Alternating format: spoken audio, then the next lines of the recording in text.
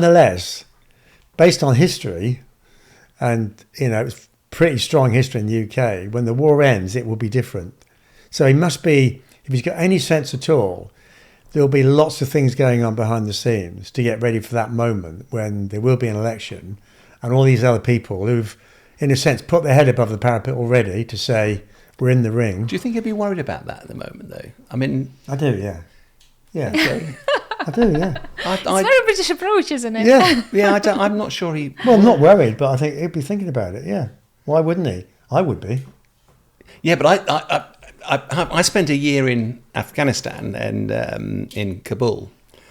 And when I came back, I looked aged and drawn because it's 24/7. It's, you can't get away from it. And it's not the same as President Zelensky, but you are in a war zone. You see some dreadful things along the way. And you do live for the moment a little bit rather than looking way into the future. One of the things I think will be the question of how this ends, and you're the subject of our podcast today rather than me, but there is a question about how it ends and the compromises that might need to be made in order to bring the war to an end. And they may make President Zelensky's legacy very, very difficult, that grand statesmanship. That's the only thing I can think that, and we're not there yet because, as we're sat here in the studio, Ukraine is in the middle of day 9 of an offensive into Russia. Kursk, yeah. Yeah, change. Do you any feedback from Ukrainians? Because there's some people here going, this is reckless, it's a risk, and there are some people going, thank goodness. Did you see the memes on Twitter? That's Ukrainians' reaction. And you said, you wait when you and I spoke last week. I want to see a Ukrainian flag in Moscow. Absolutely, yeah. Do you know, that's my favorite meme. When there's sort of like two photographs, there's a Ukrainian service soldier with a flag on Kremlin. Kremlin is on fire. And Zelensky said, I said Crimea, not Kremlin. That's my favorite. Great. You see, it's, So I love that sort of with the Kursk, and I'm watching it carefully because it's sort of like it hurts me to see the losses. And just last night I saw Ukraine lost one of the colleague of yours, pilot. He was the commander of escadrille and quite young, 27 or something like that. And it hurts me because I understand that guy sacrificed. He was on a task and he didn't make it. At the same time, you probably didn't notice because you need to speak Russian or Ukrainian. There's lots of videos on Twitter where Ukrainian servicemen are talking to Russian babushkas. And those babushkas in Kursk speak Ukrainian. And Ukrainian servicemen's like, oh, you speak Ukrainian? It's like, yeah, but I'm not Ukrainian. But this is how they speak. Well, I'm not saying Ukraine is going to leave those territories, but historically, Kursk, Belgorod, it's all Ukrainian ethnic citizens. Sort of they through many years ago, but they still keep the Ukrainian language, traditions, and all those bits and pieces. So when those servicemen on the video, they're like, oh, you speak Ukrainian? It's like, yes, it's like, Slava Ukraini, glory to Ukraine. And those babushkas, they got lost. It's like, Slava Ukraini. They didn't know what to reply. It's like, glory to the heroes. So that's the situation. Yeah, that's Ukrainian sort of the general, the social media. On the way to meeting you today, I texted those guys who possibly, I don't know, possibly there. And they're very careful. So I'm asking, oh, how are you? How's everything? And it's like, yeah, very well. How can I help? And it's like, how was your trips? Oh, well. That's it. Because there's been a lot of security around now. You can understand that. I mean, but that's sort of like, if I had sort of more substantial conversation, I would understand he's probably not on the trip. Well, because he's so short and it took him, I think, a couple of days to reply me, because he replied just when I was on the way to meeting you today. So I understand he probably one of those. But it felt. I guess the question was more that over the summer, it's been a difficult summer for Ukraine. That Russia's been grinding forward on the front line, losing a lot of people. Horrible stories coming out about how many the Russians are losing, but it's still been difficult. Yet now, suddenly, I'm just wondering what you think the impact on morale is for the Ukrainian people, knowing that actually they're taking the fight to Russia now. Putin will be embarrassed. Oh, he's already. Well, you know, a couple of weeks ago, before Kursk's situation, and I was checking with my cousin who is in Donetsk area, and he said, unbelievable, they just push by mass, and it's just like, it's overwhelming. So yesterday I got in touch and asking, is that true? Because I saw those on media that got a bit easier in Donetsk, and he says, yeah, it is a bit coming down here. So if depends on the aims and objectives. So if we wanted, as we know, you probably know more than I am because you're military, Donbass is a difficult area to defend and attack, and sort of like this is, even Crimea is easier than Donbass. So if there was the aim and objective sort of like to scare Putin and ease a bit on those parts, they probably achieved it, but we don't know. We need to see what's going on. In terms of morale, it depends day by day. You see, sometimes nights are very hard and people don't sleep, at night because it's going on and explosions. So that's, it depends. But Ukraine's a large country, so away from the front line and away from the capital, Kyiv, is there a sense of normality across the rest of the country? Because away from the front line, yes, I'm not saying there aren't rockets and things that are attacking, but it's a lot quieter across the rest of Ukraine. Odessa maybe is still... I haven't been in Odessa, so I was Kharkiv, I was in Dnipro, I was Kiev, I was in Lviv. So it depends. The further from the front line, people crave normality more than anything because everyone lives uncertain. Those who abroad, who escaped, they all depressed because they're away from the country, and those who in Ukraine, they depressed because you can't plan your day. If you're male, you can't leave the country, and maybe you will be, if you're not willingly join an army, you will be probably next or in a few months' time. So it's not very encouraging. So there are different opinions and different approaches. Lviv, for example, it's on the border with Poland, and it's the first city you feel and stay for a night because you can't travel during the night. And Lviv, and I remember when I arrive and I have this few hours before going to bed, and it's like, it's such a strong illusion, like, oh, there's no war. Oh, well, it smells delicious, people happy, everything, a part of so many military men going in the pixel uniform, so many injured, especially in Lviv, there's a big hub of superhuman center. So that one who helps with prosthetics. Civilians and servicemen. So there are indicators. It's very tangible, but people do crave. If there's tiny opportunity on any level, there's like war is not there. They need it. So give us the day in the life of then. So there's a mother. She's got 2 children. Her husband's fighting a long way away, but she lives with the knowledge every day and the risk to her family and her husband.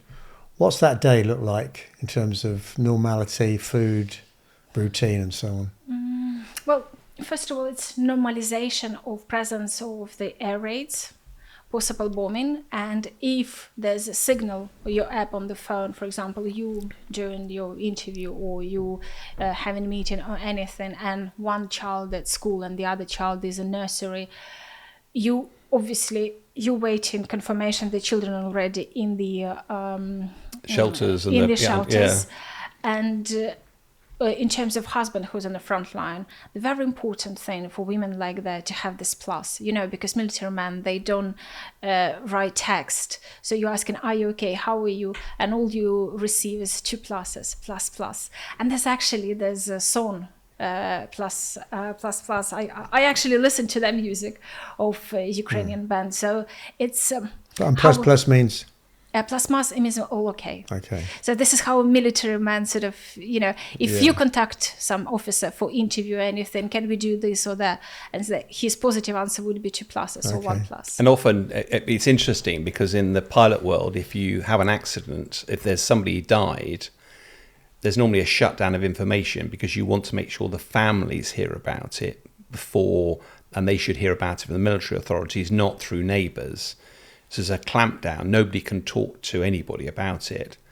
But you normally will then just send a completely stupid text to somebody. I might be back late tonight. Or so they know it's not you if they subsequently hear there's a problem. So things like ++, it doesn't give away any secrets or whatever, but I'm okay. Yeah. And it's really interesting code that. But it also, the other thing about in the Second World War, you talked about some people who didn't necessarily want to sign up. And that created some real problems in this country, because overwhelmingly the nation was at war, and therefore everybody was expected to fight in the war. But not everybody wants to do that. And therefore those people who don't necessarily want to fight are viewed differently by the families of people who have sent their loved ones to war. Is there any sense of friction building? Because this is consuming a lot of lives. Is that difficult now? Do you know, it's interesting because I've resolved, I answered myself on this question last summer when I went to Ukraine, and as I said, for me it's important to go and visit sort of on the front line, and I went to see my cousin, and so we just it's like family visit on the position. So we managed the way. So I was dressed in the military uniform, and so I spent a little bit more than 24 hours, and I slept there and everything. And we had this conversation because I'm one of those people. Actually, I myself think, my husband wouldn't agree, that I'm sort of like, I see if there's the time when Ukraine ran out of men, I would rather join the front line than allow Russia to occupy there. So maybe it's the challenge for my generation to do so. I can't imagine. I've never been prepared or anything. So returning to your question, and we had discussion with my cousin, he's commander of his unit, and I was they should be in the war. Everyone should be in war, and we should be fighting because this is how it should be. It's our country, our children, needs a future. And he said, no, not everyone should be at war. They should be useful there. We here, but the only thing they shouldn't forget that we are here for them to be useful there, because they need to work, they need to pay taxes, because we need money, the country needs to survive. If you have strong Kiev and strong Lviv, you will have strong front line. Yes, there are people who not willingly or dreaming themselves on the front line, or artists, or some journalist man, many joined army, but many don't see themselves with a weapon in front of tank or on their tank. Yeah, there's sort of like it is a very tricky moment, and because nobody wants to. I don't think anybody wakes up wanting to fight. Nobody wants to die. No, and people often criticize military for being warmongers, and I went, you fail to understand that if you've served in the military in the last 30 years and you've seen the impact of war, the last thing you ever want to do is go to war. But what you want to do is be the most credible deterrent to stop our nation's enemies fighting. Nobody wants to go to war. So I have every sympathy that not everybody will want to fight.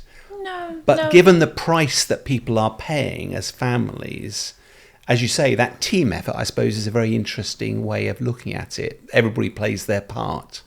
Yeah, it's one of those strong emotions in Ukrainian society, because there's a struggles on everyday life, normality, as we discuss. Children, have they made to the shelter? Are they safe while the missiles in the sky? And of course, if your husband on the front line and your neighbor go in to have barbecue, of course you feel not very sympathetic to those, or your husband been injured and lost his limbs, or in the hospital and somebody else buy new cars and enjoying. Of course, there are those cases, but it's not significant, and of course it is upsetting. And I remember when I was talking my podcast with the British Legionnaire who fights for Ukraine, and I asked him, he was driven all night from the front line for us in the morning to talk. So covered in dust. You don't see this on the video, but he slept last time a month ago. Amazing guy. And we speak, and I say, how do you find Kiev after? And especially, you don't have time for adaptation. You're through the night driven, 9 o'clock, knock, knock, ready to talk. And he says, yeah, it is upsetting. it is, and of course there's a feeling needs to be more appreciated, need to be more supporting. But again, there's a conflict because for your mental health, you need to create your little normality. Everyone has own normality. For someone, normality just have dinner with the family. For someone to go and buy a new car, even if it's your last savings, and maybe your car will be destroyed tomorrow by the wreckage of the missile. But this is what you keeps going. Everyone sees differently. So obviously, dinner with the family, maybe upsetting for those who lost ones. Dear loved one. A new car or flashy car, which bought recently, would be upsetting for someone who gives the last money on donations, supporting army and everything. So of course those things exist, but this is sort of, we're all different. I mean, your passion for Ukraine is pretty obvious and deep. Do you feel, and you do get over there, but your home is now in England, do you feel that actually you ought to be spending more time there? Do you feel you want to spend more time there to be a part of it? In Ukraine? Yeah. Well, that's why I'm going there. And I try to go every 2-3 months. Right now is my family situation, it's just I have to postpone. But on first occasion I go there. Because it's a situation is like if your loved one in the hospital and you need to be there to hold the hand. Or I don't need anything from Ukraine. I just want Ukraine to be there. Be healthy, be well, develop, be seen well. It's enough for me. Anything I can do, if as a journalist, I do my part. If there's the time to join, I know it's probably for you sounds naive and ridiculous, but it's something I'm thinking about because it is very important for me. And I think it's a challenge for my generation. We have to save Ukraine. We have to do our best. Because living under Russia, it's losing everything which we inherited through generations. I mean, Putin has just stolen an area of land in the southeast. He's now got a land corridor to Crimea, to the peninsula. I don't know, it's 10-15% in area of the whole of Ukraine. A lot of people have been displaced, I don't know, 1.5 million. He's put a lot of effort into securing that as Russia going forward. How do people feel about that? How has that been reported in Ukraine? Because it's pretty devastating, isn't it? Well, it is. There are some... It depends. Putin just lost Kursk region. And who knows how many he will lose by the end of this week or next week, and we don't know. There's one thing, of course it is devastating, and especially there's little villages. If Ukraine lost or gained village, it means a lot for us because it's not just the land, it's people who live in their village. It's elderly, it's probably some ill relatives who decided not to go, or family with children who always under attack. And as you probably seen, what does it mean Russian occupation, how they have this filtration camps and forcing people to have medical care, forcing them to accept Russian passports. So it's not very easy. Great. It's very hard. Of course it hurts, but again, it's something you have to deal with. It's not what you choose, what you would choose for yourself or for your life, but something you have to deal and get on and do your bit. Can I just return to your you talked, because obviously protection of your daughter, but and I'm probably going to ask this inappropriately, so I apologise up front, but there literally millions of people have been displaced out of Ukraine. Poland's taken a whole load of people or whatever. A lot of those are families or their children. And I suppose naively, you sort of looked at it and went, well, of course they want to be safe. But there's always that other side of the coin that's abandoning Ukraine by looking after the safety of your children. What hadn't struck me is that the mental turmoil, the difficulty for those people that they have to leave to look after their families, to protect their children and but they also want to still, their heart is still in Ukraine. That's why they're all depressed. There's one thing, sort of majority of those people who left, Ukraine and sort of in safety with some social help and support of any country, Germany, UK or Poland, they all depressed big time. And of course, there's a sort of misunderstanding because those who are in Ukraine, they decided not to leave, take a risk and stay with husbands who were at the war or can't leave.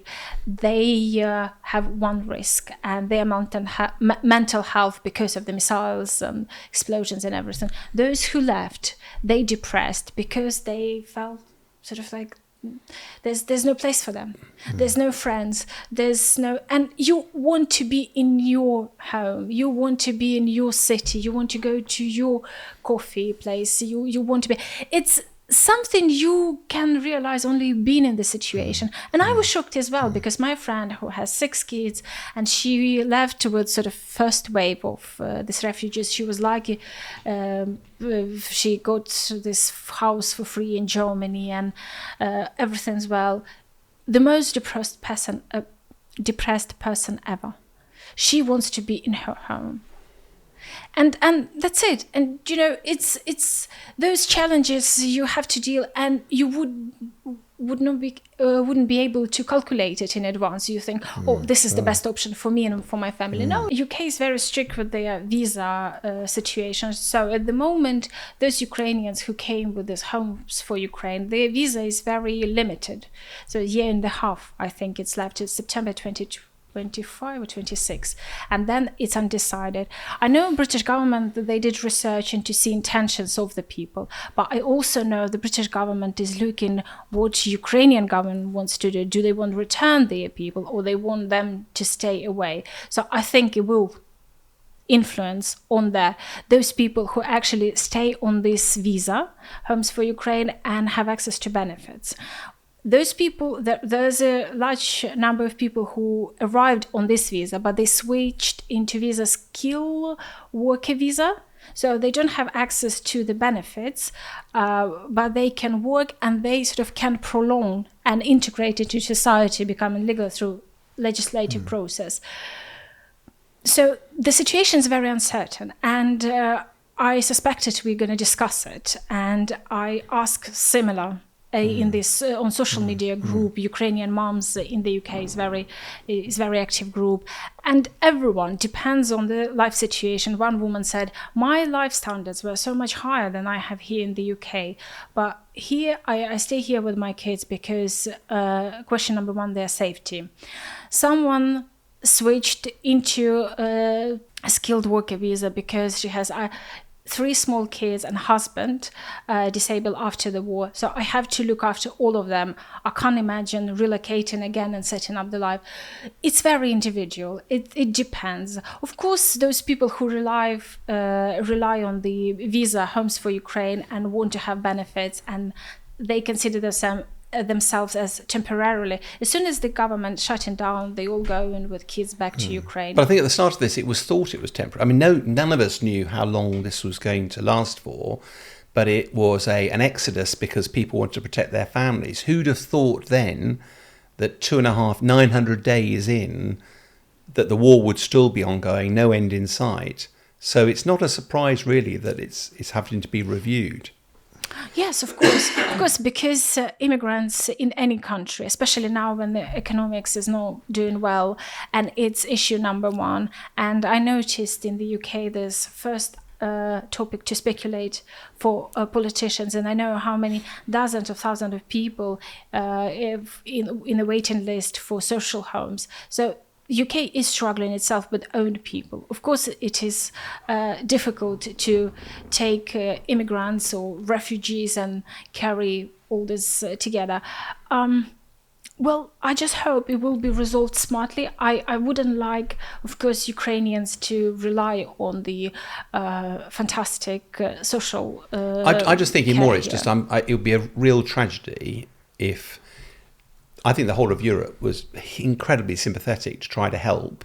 I'm not making a judgment about how much we did or didn't do, but Europe, for all sorts of ways, stepped up to try to help. It'd be a real tragedy if the legacy of that is any bad taste in the mouth about this, because I don't know as many Ukrainians as you do, but the story of regularly coming out is the pain of being away from their country, not choosing to be here, but here because, as every parent would understand, you love your children and want to protect them, but want to also go back to your own home. And therefore there's that enduring need for support, particularly because the mental anguish endures, and that isn't getting any easier, is it?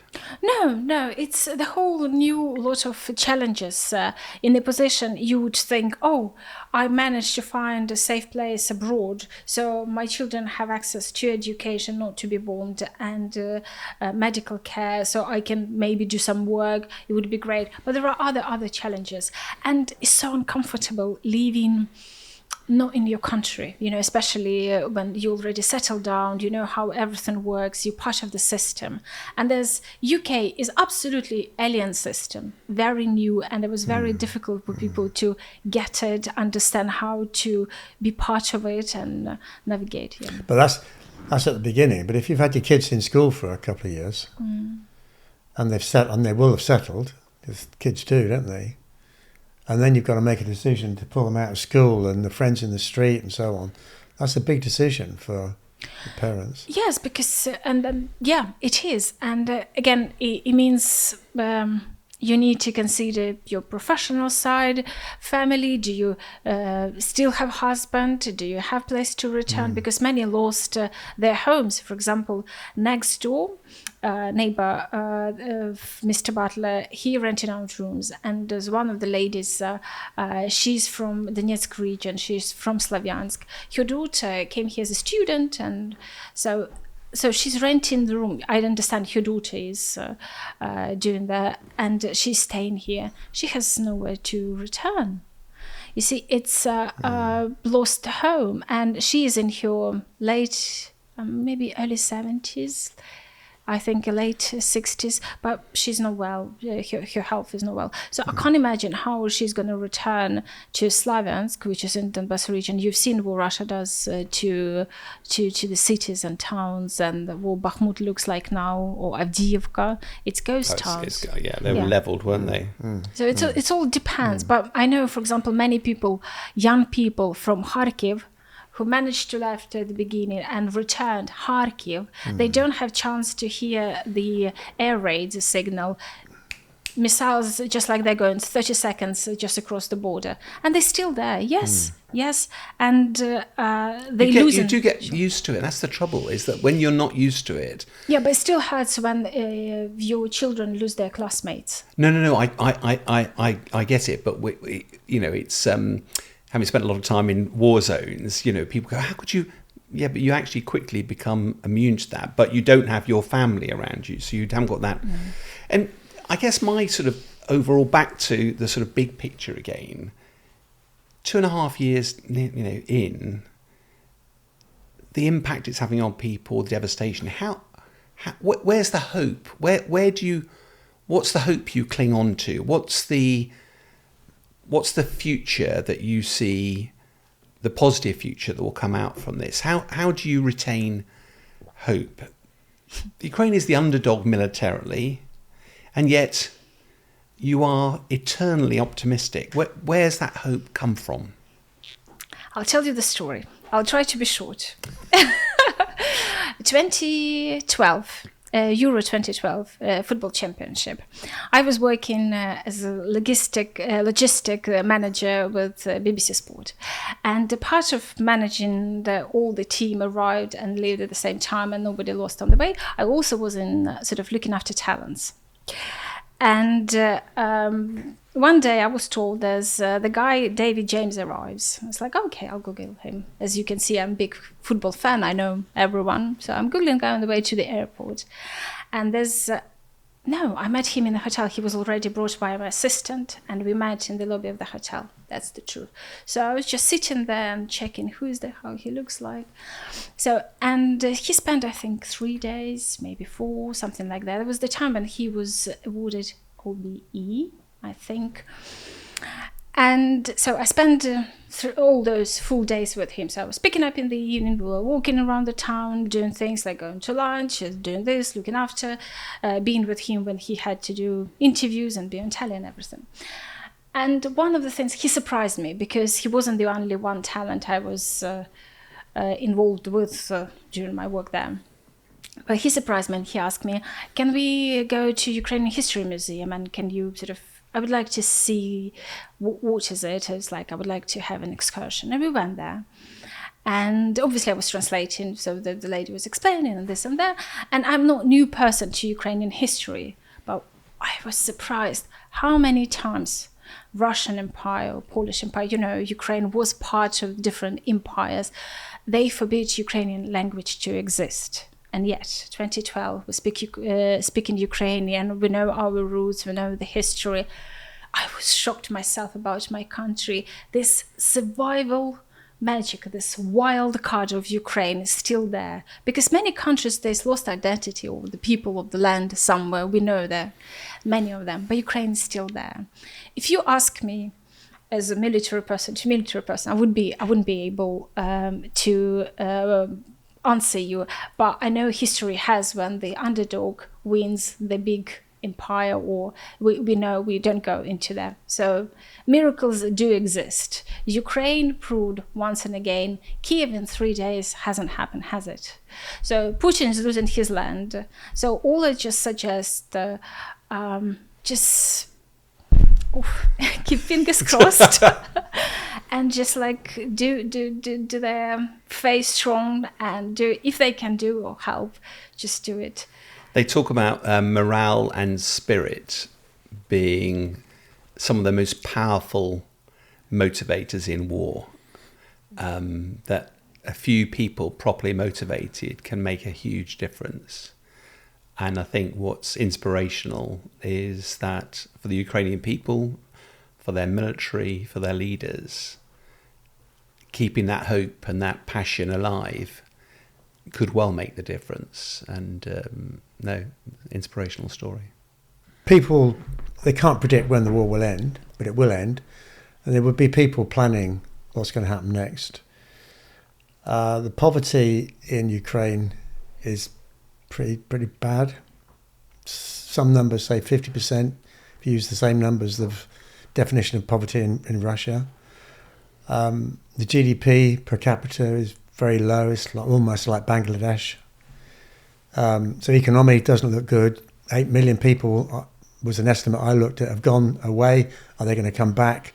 It's going to be a massive... The effort to rebuild Ukraine and keep the culture and the strength is going to require the same amount of determination and belief as it took to enter a war and sustain it to the point we are today. What do you think about the future? Well, I was listening to your question and it reminded me of the stories from my grandma, because I grew up on stories about Holodomor and war and occupation, because the village, it's central, sort of south of Ukraine, where my family is coming from. And she told me first they were occupied by Germans, then they sort of came liberated Soviets. Those were fascinating stories. And she was mentioning about rebuilding. Because Stalin sacrificed Ukraine, and especially when the Soviet army was withdrawing from Kiev, they were exploding a lot of historical places. Kreshchatyk, the main street, was destroyed absolutely to pieces. Yes, there's a lot of work ahead. We've been through this. We, as a country, we went through war, horrible war, lost so many men. I remember Grandma was saying there's like two men in the village, and how there was the competition between the girls to get married or having a child from somebody's husband. So there are lots of stories going on. Yes, rebuilding. It will require lots of money. It will require lots of hard work. Probably lots of pain. Probably the challenge for everyone. But do you know the Ukrainian anthem? It sounds "Ще не вмерла Україна," and it means Ukraine hasn't died yet. Okay. So that would be my answer to you. Ukraine is a wild card. Yeah, we've seen it. Yeah. It's also, on the positive side, I do think There are a couple of things, one of which is you look at Germany at the end of the Second World War, was devastated, yet grew to become one of the most powerful economies in Europe. I'm pretty sure that there will be international investment. How you solve the security issue is a different question, not for now. But part of it will be the resilience of the people to want to rebuild. And there is also a positive story around that says your history, your Ukrainian history, has been the country that other people just keep invading. And it's almost felt you've just had to be survivors. It might be the future actually is a proud and independent nation that is master of its own destiny because it's paid such a huge price for that freedom that it values it in a way, rather than just being individuals surviving, that actually it forms that pride, what it means to be Ukrainians in this new world order. So I'm a bit more optimistic about the future. It's getting to that future that I think is it's a chapter of a book we haven't written yet or hasn't been written yet. I just do a little comment about that. Many Ukrainians talk about Ukraine's future after the war as a European Israel. You have to be strong and sophisticated militarily and being always ready to fight back. And this kind of discussion was going on, and that's why Israeli speakers or military experts are so popular in Ukraine, because Ukraine sensed this probably similarity. There is a big risk, and the risk is that Ukraine will owe a lot of money. The debt it will owe to other countries, especially America, will be high, and there will be people and industries who will want to exact a big price for the support to grow Ukraine back. And part of that price might be ownership of the $15 trillion assets that sit within Ukraine. I think that would be a really bad thing. But of course, if you're on the weak side of the table negotiating and you're desperate to build, then, money speaks. I only hope that when the masters of Ukraine's future destiny actually get together, they trade hard and at least make sure that 50% of every deal retains ownership in Ukraine. Otherwise, ownership on a lot of things will go to foreign nationals. And, there's a lot of talk about this at the moment. I don't like it, but I think it's going to require a lot of smart determination in Ukraine for people to say, no, we owe you money, but we're a strong nation. We've got fantastic assets. So we are going to own part of this going forward. We need your help, but you're not having it all. Well, yeah, let's hope for that. Do you know this joke about Ukraine and land? I'll try. It's supposed to be funny. I'm not the best person to do so, but just give you the sense, how do we care about our land and own our bit? So there's God Almighty was giving the land to different people. There's one condition: you will get as much as you run, sort of for the certain period of time. So Ukrainian run, and there's like no energy whatsoever, and just you lost every. So Ukrainian take off the shoe and just run, and then I'll plant my beetroots. So that's beetroot is the main ingredient for Ukraine national dish borscht. So. Yes, we do care, and I'm sure there will be one of the priorities to stay, because you've seen in Kursk, again, coming back to the tweet memes, there's Kherson in 2022 when people were going on the rally say, we are Ukraine, we won't give up, we're going to stay here. And there's Sudzha, the city, absolutely empty, ghost city. And it gives you the flavor, who cares about their land and who will fight to the end. You civilian or you serviceman. So I'm sure the masters of the future destiny of Ukraine will make sure everything's going to be okay. Good. Well, on that note, Jenny, thank you so much. It's been quite refreshing, because we started off with certainly one of my major failings is that you look at these things from a purely military perspective, and there is a huge human dimension to this. So thank you. Great privilege to, and I hope this will be the first of a few, because I think inevitably this isn't going to end anytime soon, I don't think. And it's been an invaluable perspective into the minds of what makes Ukrainian families and the population think. So thank you. Thank you for having me. It's been endless pleasure. I enjoyed very much. But let's see what your viewers gonna say, because it's your territory, and if they're happy with this perspective. It was my pleasure. Maybe you could say cheerio in a rounded way in Ukrainian. You mean goodbye? Yeah. Or just say thank you in and whatever in Slava Ukraine. Ukraine or whatever. Something in Ukraine for us. Ukrainian. Дуже дякую. Все буде Україна. Thank you very much. Ukraine will prevail. Fantastic. That's Thank great. you.